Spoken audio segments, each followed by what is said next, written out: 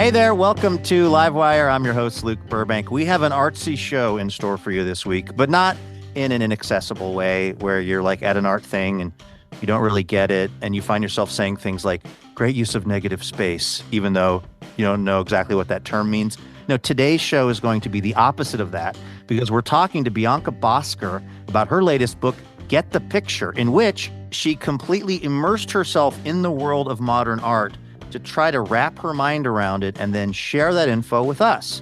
Then we're going to experience some art in real time with the music of singer-songwriter Brittany Davis, who artfully blends funk and rock and R&B.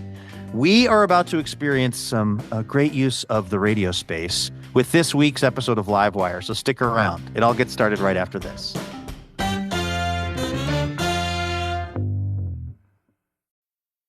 I'm Alex Schwartz. I'm Nomi Fry. I'm Vincent Cunningham, and this is Critics at Large, a New Yorker podcast for the culturally curious. Each week, we're going to talk about a big idea that's showing up across the cultural landscape, and we'll trace it through all the mediums we love. Books, movies, television, music, art. And I always want to talk about celebrity gossip, too. Of course. We hope you'll join us for new episodes each Thursday. Follow Critics at Large today, wherever you get podcasts.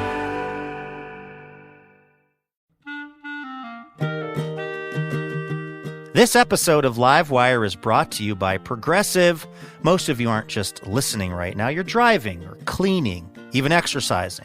But what if you could be saving money by switching to Progressive? Drivers who save by switching save nearly $750 on average, and auto customers qualify for an average of 7 discounts. Multitask right now. Quote today at progressive.com. Progressive Casualty Insurance Company and Affiliates. National average 12-month savings of $744 by new customers surveyed who saved with Progressive between June 2022 and May 2023. Potential savings will vary. Discounts not available in all states and situations.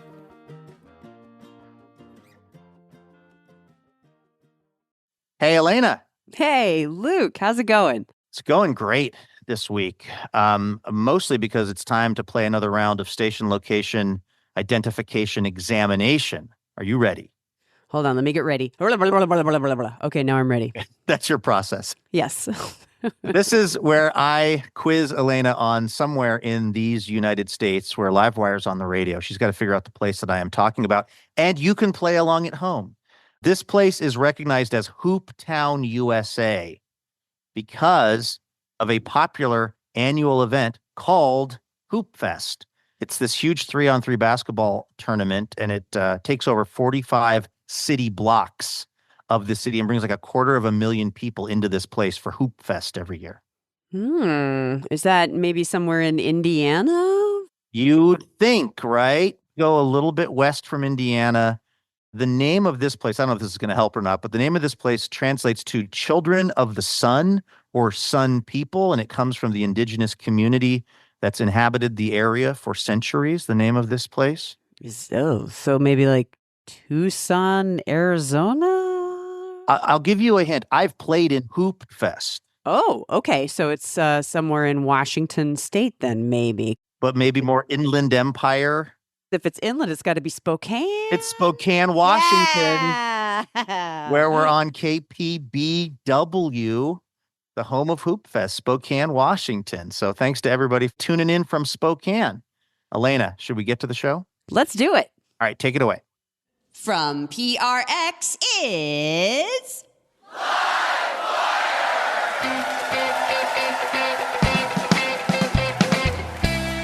This week, journalist Bianca Bosker.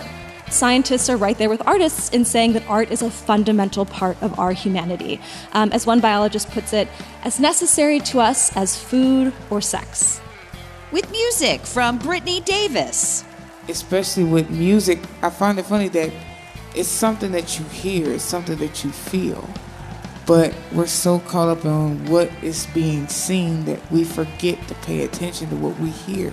And our fabulous house band. I'm your announcer, Elena Passarello, and now, the host of Livewire, Luke Burbank. Hey, thank you so much, Elena Passarello.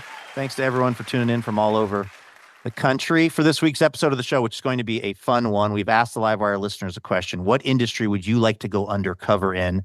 That's sort of what Bianca Bosker, one of our guests, did when she decided to immerse herself in the world of fine art and high art to try to figure out what exactly was going on with it. We're going to get those audience responses to our question coming up in a little while. First, though, it's time for the best news we heard all week. This is our little reminder at the top of the show. There's some good news happening out there in the world. Elena, what's the best news you heard all week? Okay. Well, do you know about the Michelin guide? Oh, sure. Like dining guide that I guess originally was put out by the tire company, but now it's like the global recognition of great dining. I was hearing about Michelin stars and that being the like highest compliment a restaurant could get. And I knew there was the guy who was made up of tires. Yeah. It was like 2 years ago that I learned those were related concepts. When I think of the Michelin star, I'm like, oh, some kind of fine dining restaurant with white tablecloths and food that you make out of an eyedropper or something. But that's not entirely true. And the cool thing about the Michelin guide is that there are now restaurants all over the world that have the stars. There are 15 eateries across Mexico that have Michelin stars.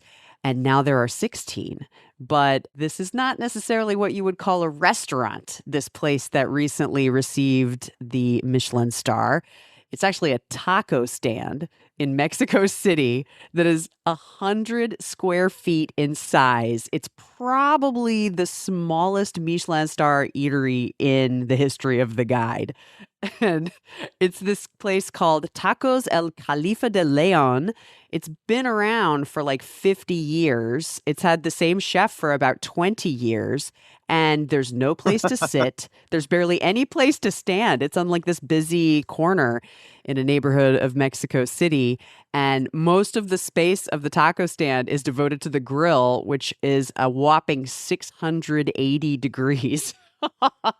It's so hot in this tiny space that when a representative from Michelin came by to give them the star, the chef Arturo Martinez, who's been there for 20 years, didn't put on the commemorative chef's coat. It was too hot. He's like, sorry, dudes, I got to keep this T-shirt on.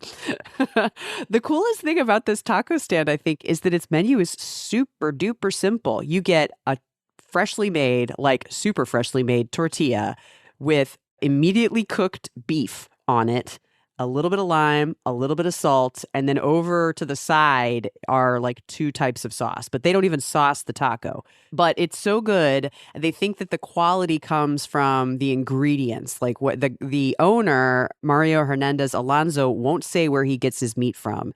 But apparently it's really, really good. And there's always lines out the waz to go here. But now I think the lines are going to be even more because of this distinction. It's actually not even the first food cart to receive a Michelin star. There was actually a street food vendor in Bangkok that got a star a few years ago.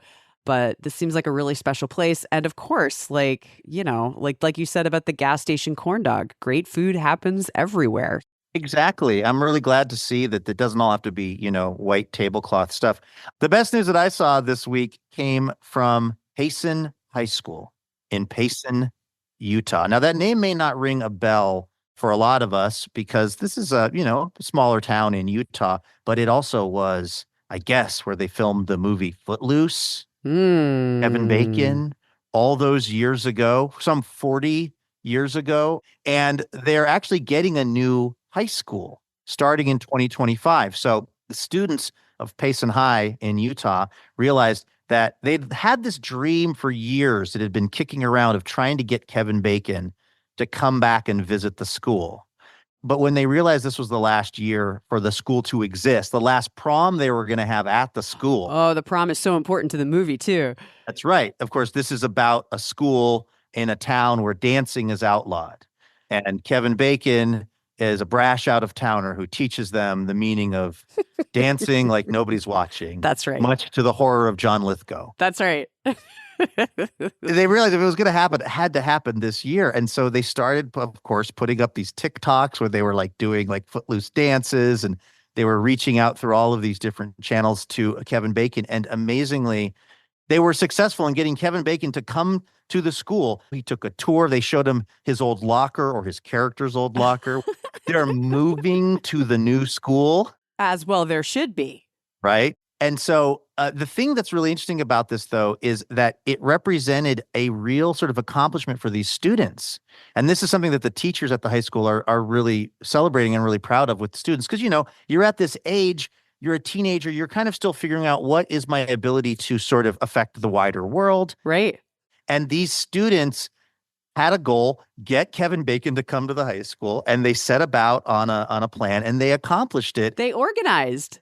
Yeah, they did. And it was like really informative for them and really rewarding. One of the students, Ruby Raff, who had been working on this for years, says that when Kevin Bacon walked on stage at the school and they played Footloose, she started crying because this has been such a long-term project for them that was coming to fruition. That's amazing. I was in that neck of the woods a few years ago. I was doing a reading at Brigham Young University, and my host was driving me to the event, and we passed these grain bins, and I was like, what's that? And he's like, oh, that's the grain storage where Kevin Bacon did his angry dance in Footloose. And he was like, you probably don't want to. And I'd already opened the car door. Like, it was like, I was like, ran across 2 lanes of traffic. And then I made this poor man film me dancing angrily in like my business clothes. Still one of the great movie soundtracks of all time. Kenny Loggins. Students at Payson High School achieving their goals. That's the best news that I heard all week.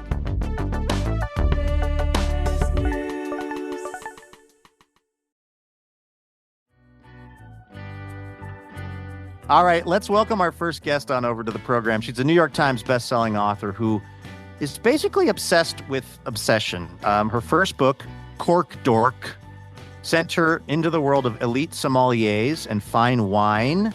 Her latest book explores fine art as she attempts to answer such questions as, what the hell am I looking at? And who buys this stuff?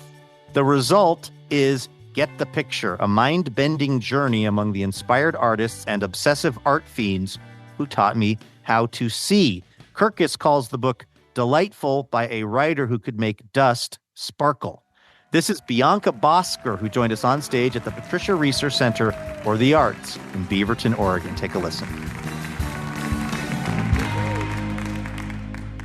Hi there. Hey, so nice to see you all. It's nice to be here. So you are originally from Portland, so this is sort of a bit of a homecoming for you. Yeah, this feels like my dream come true. So thank you for bearing witness to what is a very historic event for me personally. What?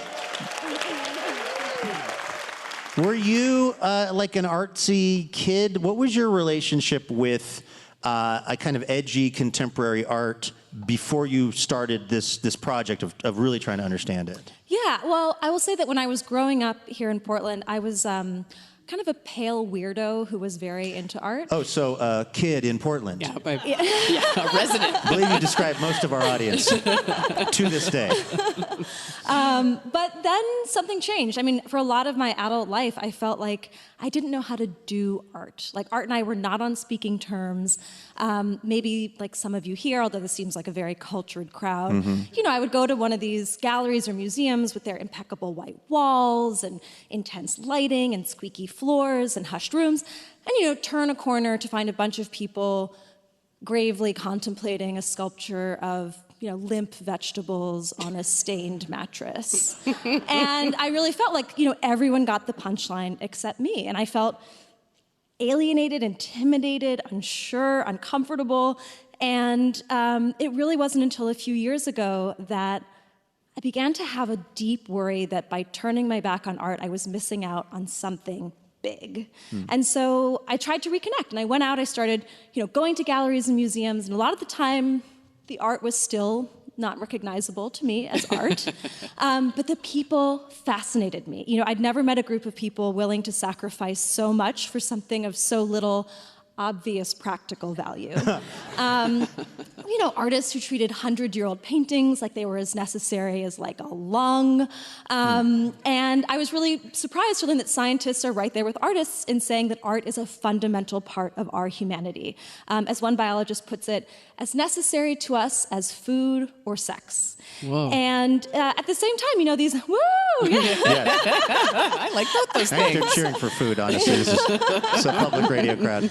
But yeah, and these people, they behaved like they'd access these trapdoors in their brains, like they had this expansive approach to life that made my life feel totally claustrophobic by comparison.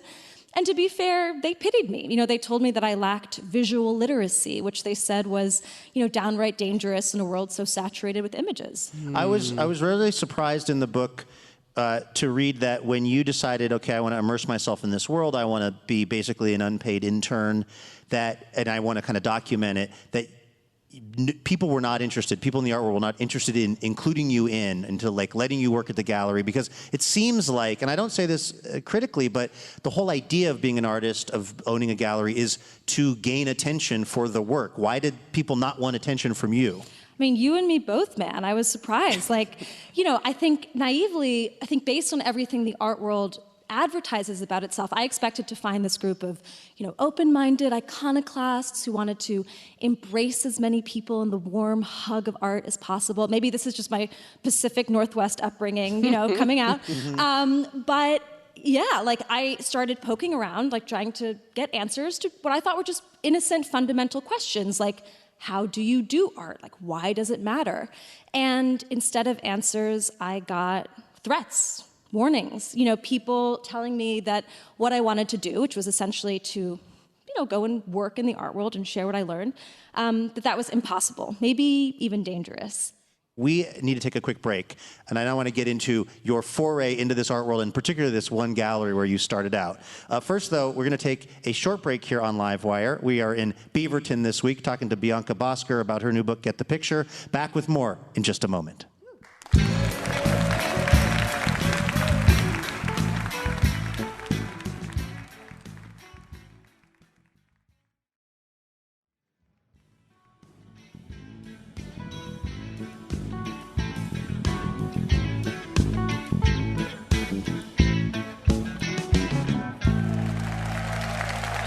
Welcome back to Livewire. I'm your host, Luke Burbank, here with Elena Passarello. This week we're at the Patricia Research Center for the Arts, and we are chatting with the journalist Bianca Bosker about her book, Get the Picture, which explores the world of fine art.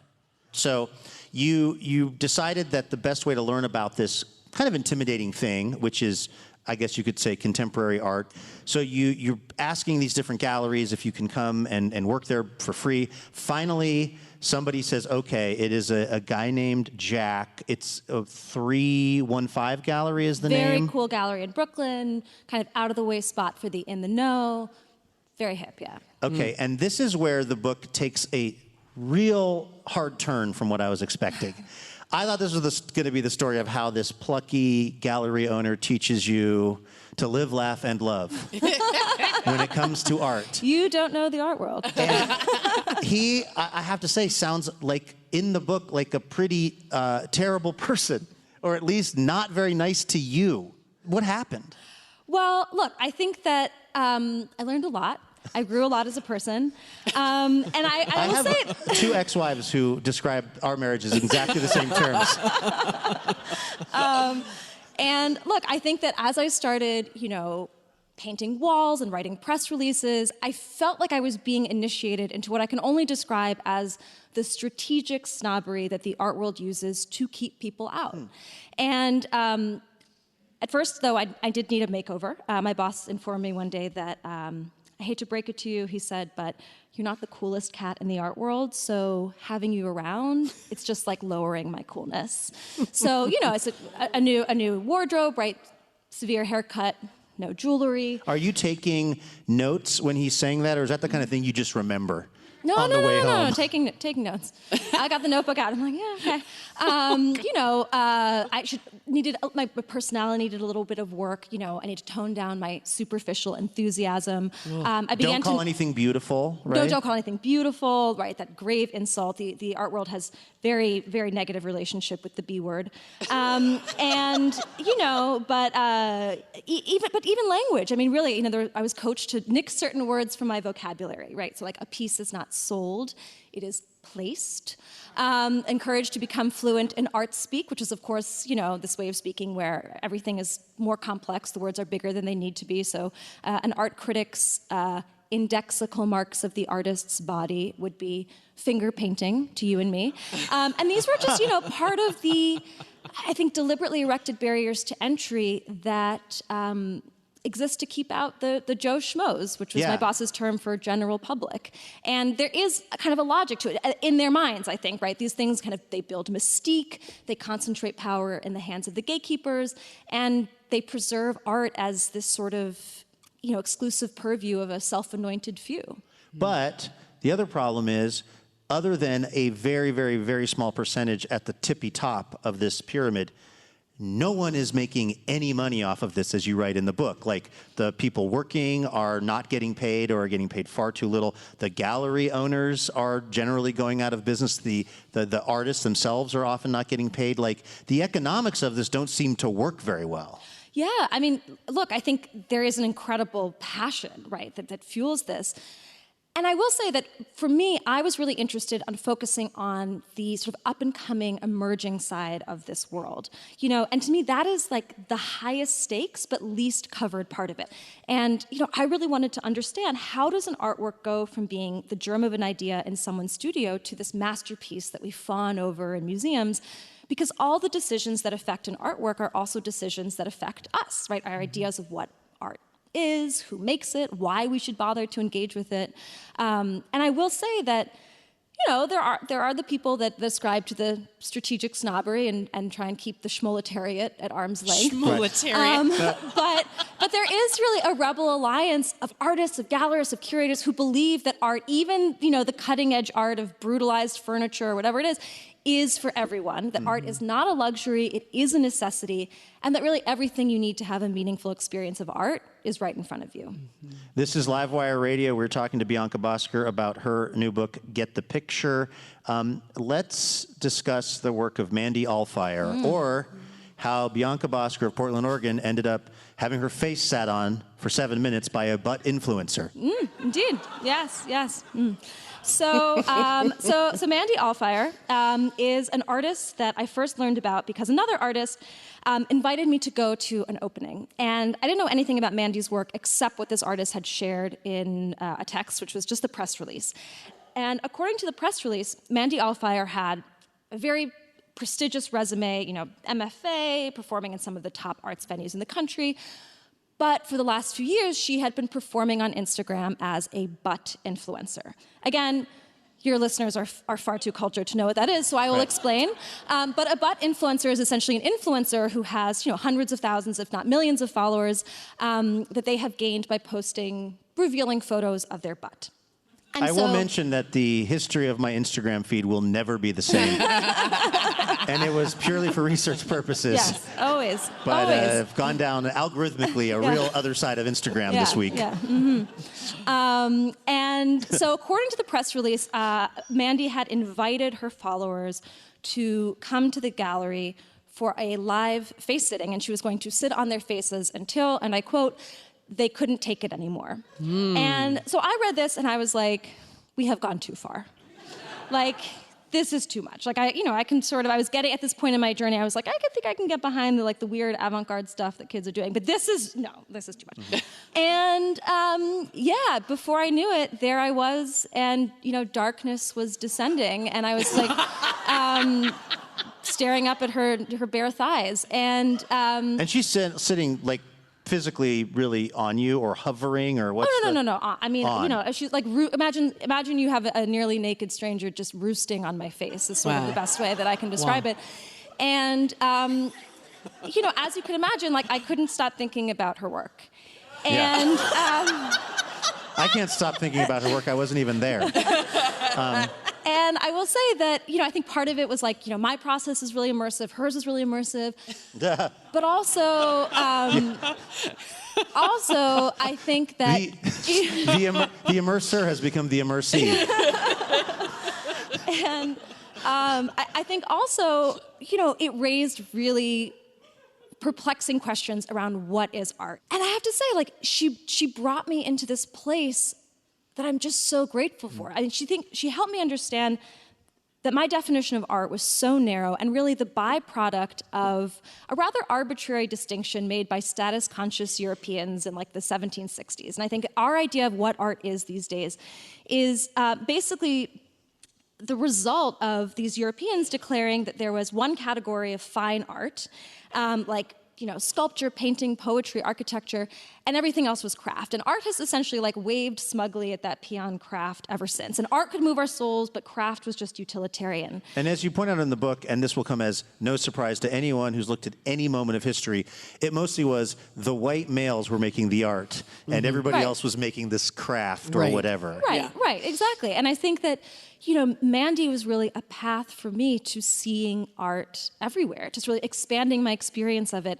And it was really working with artists that not only helped me to learn how to savor art like an artist, but also just to learn the way that I think art, the reason that scientists consider it a fundamental part of our humanity is that it helps us fight the reducing tendencies of our minds. Our brains are these trash compactors, and we have these filters of expectations that are preemptively sorting, dismissing, categorizing all the raw data coming in even before we get the full picture. And art, it introduces a glitch into our brains. It is a glitch that is a gift. It is one that helps our minds jump the curb. And you don't need any, velvet ropes or made-up language to do that. And so I think that, Mandy and the other artists I worked with taught me how to look at the world with this art mindset. Well, one of the things that you write about in the book, by the way, we're talking to Bianca Bosker about her latest book, Get the Picture. The more that you sort of immerse yourself in this world, the more that you found yourself really seeking out and craving art that was challenging for you, art that you did not understand, which it sounds like was different than the way your brain was interpreting this stuff when you started. And that's how a lot of people that spend a lot of time around this art become. What's happening kind of on a brain level with that? Yeah, well, I think that, this journey for me was, it upended my life. Both in a literal sense where, there was a long period of time where I was basically a deadbeat to everyone that I knew and cared about. But also in the sense that I began to realize the way in which looking is an adventure, right? And I think that when I started, I think my taste gravitated towards what the gatekeepers might refer to as couch art, which is sort of synonymous with colorful painting. And, I began to see the charms of what they would refer to lovingly as like FU art, right? The sort of art that doesn't play nicely at a dinner party. And I will say that, I worked with an artist, Julie Curtis, who helped me understand taste not as a destination, but as a journey, right? As this, I always thought of taste as like, you had to have the right taste, right? And, I realized it's less about arriving at the right answer than it is about constantly exposing ourselves to new tastes, because with new tastes come a new personality, a new self. And so I think that for me, art is, I think I came to this place where I think it is, ultimately, it's a choice. It is a fight against complacency. It is a decision to live a life that's richer, more complex, more beautiful, and more mind-blowing. And that's so exciting. And I think that is reflected in sort of what is happening in our brains and what it does to us, even as a physical level. Have any of the people that you wrote about, particularly that first gallerist, read the book and gotten back to you? And in a sense, have you not confirmed their worst suspicions about what you were going to do with this book? Actually, I've been really thrilled. Like, I can't tell you how many messages I've gotten from readers that have been really wonderful and lovely, people in the book as well. But also it's been very special to hear from artists who have told me that they feel very seen, and also that they want everyone in their lives to read this book. They feel like it will help them understand who they are.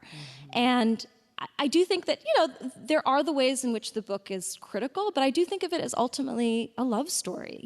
By the end, I feel like I crave art at a physical level. That was not my experience before. I always viewed art as this luxury, right? I can't, clothe you, feed you, or be used to kill predators. And now, it's become kind of inseparable for me from getting more out of life, from sort of appreciating the chaos, the nuance, and the beauty of the world around us. This is Livewire. We are talking to Bianca Bosker about her latest book, At the Picture. Now, of course, in the research for this book, Bianca, you really immersed yourself in fine art through the perspective of art aficionados and experts and gallerists. But of course, we here at Livewire, we're of the people and for the people. We believe that art is for everybody, including somebody associated with our show who has been described as an outsider artist, in that she likes to do most of her art outside. Her name is Poppy. She is 4 years old. She is the daughter of our executive producer, Laura Haddon. And here is the exercise that we have whipped up for you, art knower Bianca Bosker. We asked Poppy to look at and then describe a number of very famous works of art. Ooh. And we would like to present her assessment of these very famous pieces of art and then see if you can figure out what Poppy, age 4, is talking about. Oh, okay, interesting. And so these are what's on your computer when you take it out of the box before you put your own like college dorm poster. Powerful college dorm energy. Thank you, Elena. Okay, so first we're going to play Poppy's description. Then I'm going to translate Poppy's description. Then we're going to see if you can guess what she's talking about, okay? Ready. Here is famous piece of art number 1, described by Poppy, age 4. Looks like a nighttime storm with a haunted witch tower castle. Okay, that is, of course, a nighttime storm with a haunted witch tower castle. Ooh. Wow. First of all, Poppy is currently my favorite art critic. I'd have to say Van Gogh's Starry Night. You are absolutely right. Woo! Thank you, Poppy. Well done, well done. Very, very good. Was it the nighttime storm or the witch tower castle? That I've never thought of it, but it is a witch tower castle. Pretty witchy. Yeah. I don't know if I even remembered there was a witch tower castle in it. I was thinking more of the swirls. Yeah. So. All right, good. You are 1 for 1. Very impressive. All of your work has not been for naught. Here is art piece number 2 as described by Poppy. Here you go. Again, I will translate. Although you'd be surprised how quickly you pick up her patter. Mm-hmm. Well, I see someone in this picture at the hills and the snow. She is wearing a very fancy style. We did also give her a little bit to drink before the quiz. And that... It's just, it's about free-ranging your children here in Portland. So I will translate that. Someone at the hills, and there's an ocean, and she is wearing a very fancy style. Wow. It's not Mandy Allfire. No. We keep Poppy far away from that side of Instagram until she's at appropriate age. The fancy style. Again, a 4-year-old's read on a very famous painting involving somebody, a woman who is wearing fancy style. In the hills, there is an ocean, I'm told. The Mona Lisa doesn't have an ocean, does it? First thought, best thought. It is, in fact, the Mona Lisa. Oh my God. See? Poppy. It's sort of an ocean. Right? I never thought of an ocean. That's amazing. I'm telling you, the eyes of a child. All right, here's another one. You're doing great. You're 2 for 2 so far. Here is another very famous. This one is actually, during sound check, we were playing these, and Elena, you were pointing out that this is a very interesting description of a very well-known painting that maybe we hadn't thought about it in this way. Here we go. It's painted cheese with a bunch of tiles on it and 2 people in it. And there's flowers around it, and there's a black background. That is, it's painted cheese with a bunch of tiles on it and 2 people in it, and there's flowers around it and a black background. Wait a minute. I mean, I will say my initial, with the first one, I thought of like Mondrian. Mm-hmm. But go ahead, but the people. Maybe this will help. It's painted cheese with a bunch of tiles on it and 2 people in it. And there's flowers around it, and there's a black background. Oh, yeah. Did that illuminate anything? Wait, what was it? Okay, painted cheese, Yes. some tiles. Painted cheese. People. Anybody have any ideas? And flowers around it. The in a black stakes are background. very low, so you can yell it And out. 2 people. Flowers around it and 2 people. The audience is right. It is The Kiss. Oh, wow. By Gustav Klimt. Wow. Yes. Jeez. Wow. Yeah, I wasn't going to get that. Wow. I mean, again, I think the clear winner here is Poppy, Yes, obviously. always. Yeah. Okay, let's do a couple more here real quick. Here's another famous piece of work interpreted by a 4-year-old, now honorary staff member of Livewire, Poppy. People in the room playing with beach items or rocks. People in a room playing with beach items or rocks. People in a room playing with beach items or rocks. This was a challenge. This one's tough. This People one's tough. in a room playing with beach items or rocks. It's like I don't know, like around Beach 12. items or around rocks? 12 people in a room. Yeah. Around a table. Oh, yeah. So the Last Supper? Yeah. That's exactly right. It's The Last Supper. Wow. Beach items are Yes. Yes. Totally. I will say this reminds me, this actually brings together 2 of my passions, which are, so I don't know if you know of the phenomenon of meat rocks, but I am obsessed with meat rocks. Please and expand. They are rocks that look like meat. And if you go to, I think it's like the National Museum of Taiwan, one of their like national treasures is a little rock on a gold pedestal in its own room with like more spotlights than we have on us here. And it just looks like a piece of pork belly, and it's incredible. And this has made me obsessed now. Whenever I go to the beach, I just look for something that looks like a steak on the ground, and it's amazing. But she's not wrong. Like, No, she's not. these are sort of meat rocks, Last right? Supper is Like, meat rocks. Yeah, Yes. these are not. I mean, you would really break a few teeth on those bread rolls, you know? Like, it's, I will tell you, I would 100% get the like headphone art tour of Poppy. Yeah. yeah. Just narrating Yeah. all of the pieces in the like portrait gallery. Okay, last one. Here we go. This was so good. This is a good one. Here we go. Oh my. Somebody's playing. By the way, yes. Take a moment to drink in with your ears the world weariness that only a 4-year-old being interviewed by her mother on an iPhone can feel after 4 questions. Here we go. This is Poppy's next description. Oh my. Somebody clam surfing. And people flying out of the ocean, jumping into the clam, and somebody saying, wait for me, wait for me. Somebody clam surfing and people jumping out of the ocean saying, wait for me, wait for me.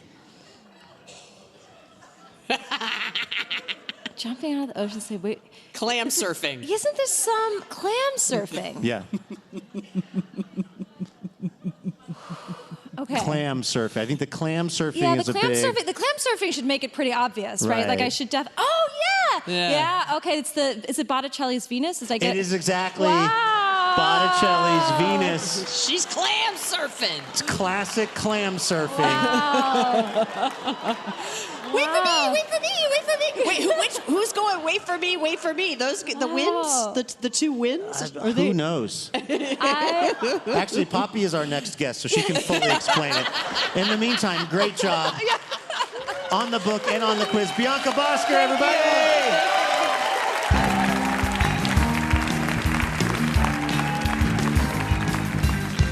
That was Bianca Bosker right here on Livewire.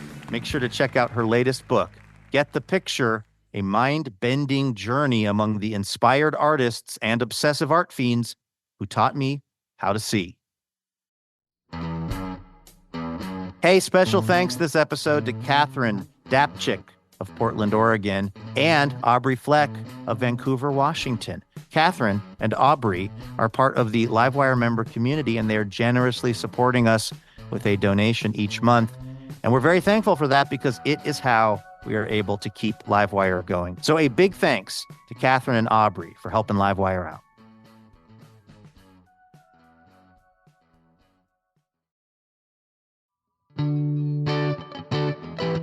This is Livewire. Of course, each week we ask our listeners a question.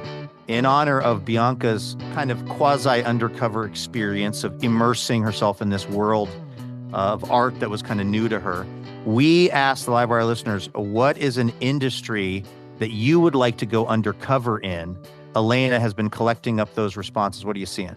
Okay, we got a lot of good ones here. Pam would like to go undercover in her own industry, she says.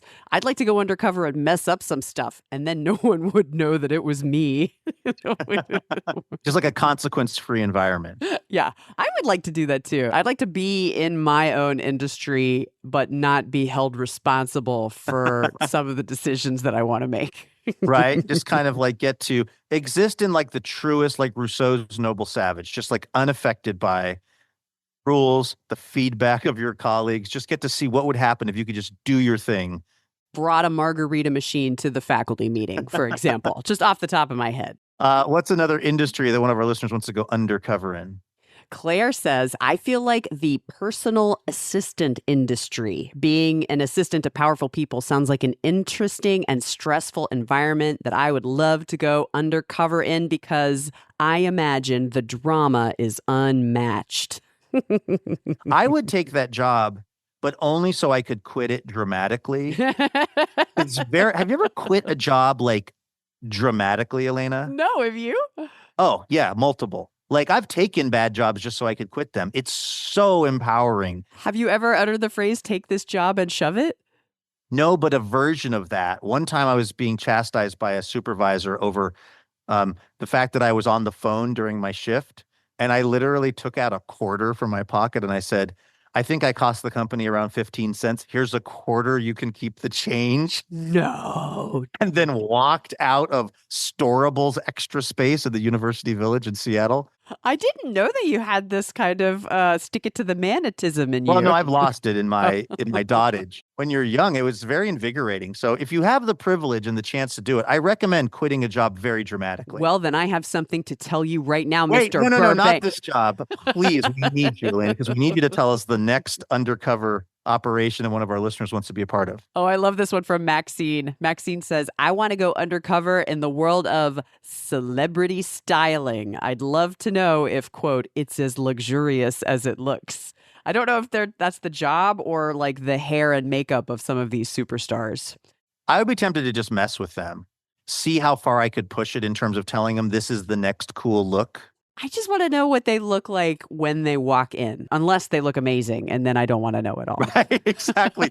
That only works when they look much more like the rest of us do.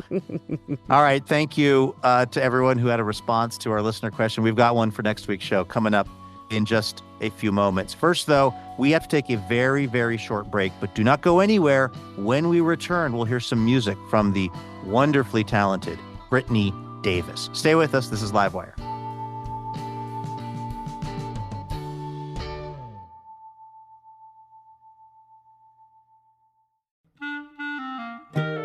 Livewire is thrilled to be partnering with Portland's own Portal Tea this season.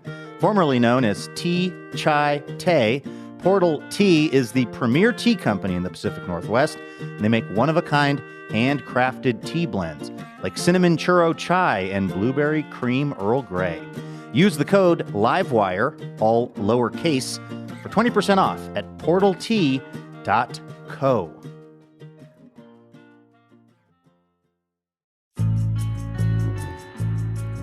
Welcome back to Livewire from PRX. I'm Luke Burbank here with Elena Passarello. Okay, before we get to our musical guest, a little preview of next week's show. We are going to be talking to the columnist and celebrated author R. Eric Thomas.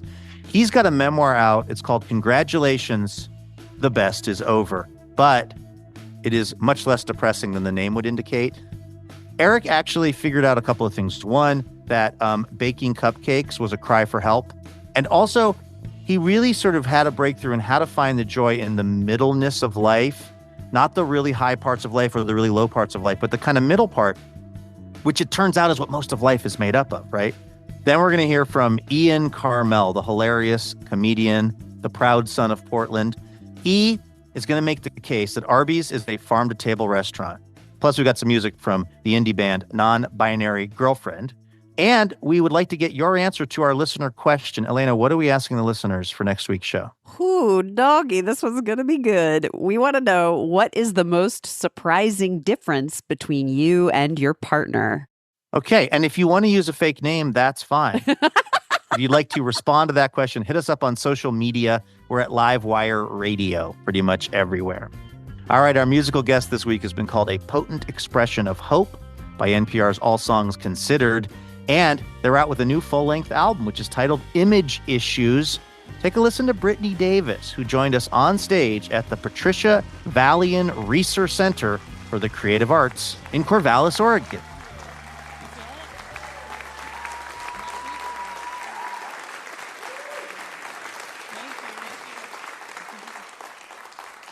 Brittany, welcome to the show. Oh, thank you for having me. When we first had you on the show, I think it was during the pandemic, and so we were on Zoom with you, and it was amazing, but it was kind of this weird thing because we're like looking at you over this program that's designed for people to have like a business conference meeting. So we weren't getting the full impact of your live performance, but I know now you've been doing a lot of live shows. You played South by Southwest. That's right. What is it like for you doing a lot of stuff now kind of in real life in these rooms when a lot of your early stuff was doing it kind of virtually? Oh, that's a really good question. One thing is for sure, the visual always eludes me. So wasn't a huge drop off for you? So, just being honest, just having the moment to myself, okay, I'm going to be in a room with people. It's a little different because I can feel all of your energy. I can feel all of the aura. I can feel all of the intention and attention on the work that's being done. Not necessarily on me, but the work that's being done, the message that's being conveyed. And I think that's way, way more special than just having a video phone call thing. I don't know. The idea behind this new album is that you wanted to create an audio movie for people. What does that mean for you? So one of the things that I find funny about the music industry, in the arts industry, is that, especially with music, I find it funny that, it's something that you hear, it's something that you feel. But we're so caught up on what is being seen that we forget to pay attention to what we hear. And one of the things that, I always knew that music was my first language, and I just was like, people want to know who I am. People want to know what I stand for. This is it, pure sound, pure delivery system. It's faster than a lot of different means of communication in certain cases, because there's things that we hear that we never forget. We always remember what it sounds like. We can forget what something looks like. I had a friend who, funny, she went blind at 25. She's 45 now. She still remembers herself at 25, what she looked like. And so when I was making this album, I was like, you got to understand, I don't have any kind of visual reference of this world and myself in it and how I exist in it visually. And so, it's kind of sometimes it can be frustrating trying to communicate my ideas visually when I've never seen and never had the ability to accomplish the fullness of my goals, and being expected, especially as a woman, to be aesthetically pleasing or, bring forth some type of visual, we can see the concept of what she's trying to do. You know what I'm saying? Right. That's really difficult for me. And so when I made this album, that's what I was trying to do, was just wrestle that bear, just figure out how to get him to where I can look him in the eye and say, look, this is it. Yeah. I'm curious, what song are we going to hear? We're going to hear So Fly. So Fly? Yeah. All right, this is Brittany Davis on Livewire.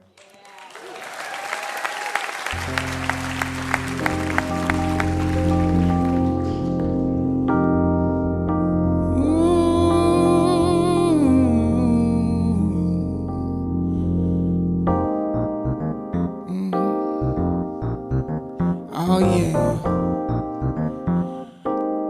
I am sonic divinity, coming straight from the planet of sound.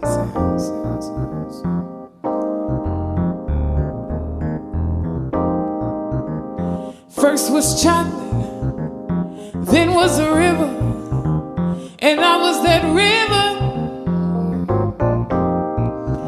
See, I unlocked it, all of her secrets, as I looked in the mirror, yeah. See, I didn't think, just by looking, it could get any clearer. I looked at the reflection, and with deep introspection, I started to hear her. She said, you're so beautiful, so lovely, so lovely, so fly, so beautiful, so lovely. You know why? You're so beautiful, so lovely, so lovely, so fly, so beautiful, so lovely. You know why? And I live with no limits. Every game I win it. And I live with no limits. Cruise control. I came to steal your show with that sonic flow. Come on, get on the floor. Come on, let's go. See, I'm so taken by you. Got to thank the maker for making ya. I knew it was you. I knew it was you. See, I'm so taken by you. I got to thank the maker for making ya. See, I never knew. I'm so beautiful, I'm so lovely, I'm so lovely, I'm so fly, I'm so beautiful, I'm so lovely. You know why? I'm so beautiful, I'm so lovely, so lovely, I'm so fly, I'm so beautiful, I'm so lovely. You know why? Come on. Zuba-dubba-dubba-ba-dum, zuba-dubba-dubba-ba-dum, ba-bum, zuba-dubba-dubba-ba-dum, zuba-dubba-dubba-ba-dum, dubba-dubba-dubba-ba-dum, zuba-dubba-dubba-ba-dum, ba-bum, zuba-dubba-dubba-ba-dum. Yeah, yeah, yeah, yeah. I'm so beautiful, I'm so lovely, I'm so lovely, I'm so fly, I'm so beautiful, I'm so lovely. Woo! You know why? I'm so beautiful, I'm so lovely, I'm so lovely, so fly, so beautiful, I'm so lovely. You know why? I'm so beautiful, so lovely, so lovely, so fly, so lovely, so beautiful, so lovely, so fly. I'm so beautiful, so lovely, so fly, yeah. I'm so beautiful, so lovely, so fly.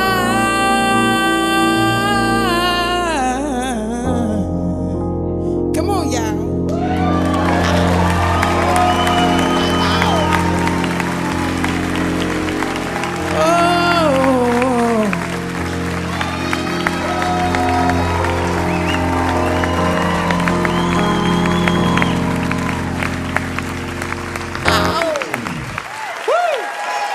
That's Brittany Davis. Right here on Livewire. Their album, Image Issues, is available now. One more time for Brittany Davis.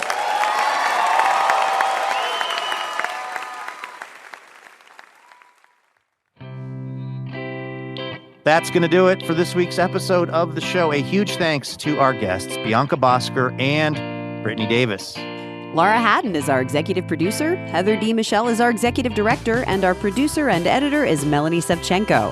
Eben Hoffer is our technical director, and our house sound is by D. Neil Blake.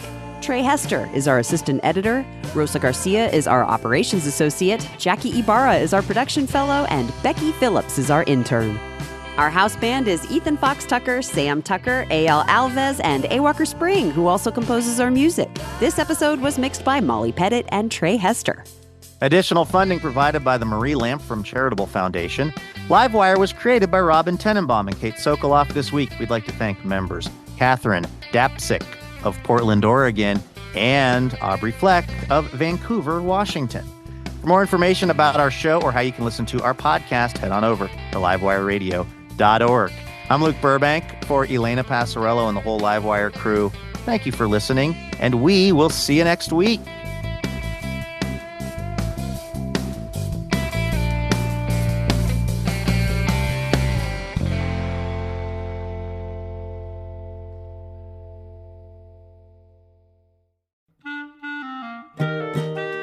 Wouldn't it be amazing to have a piping hot episode of Livewire delivered right to your heart and ears each week? Well, guess what?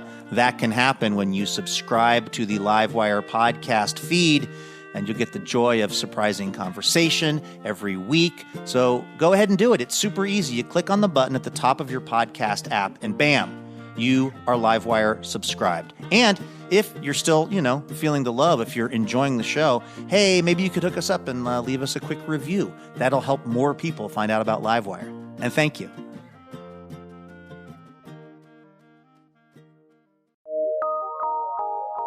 From PRX.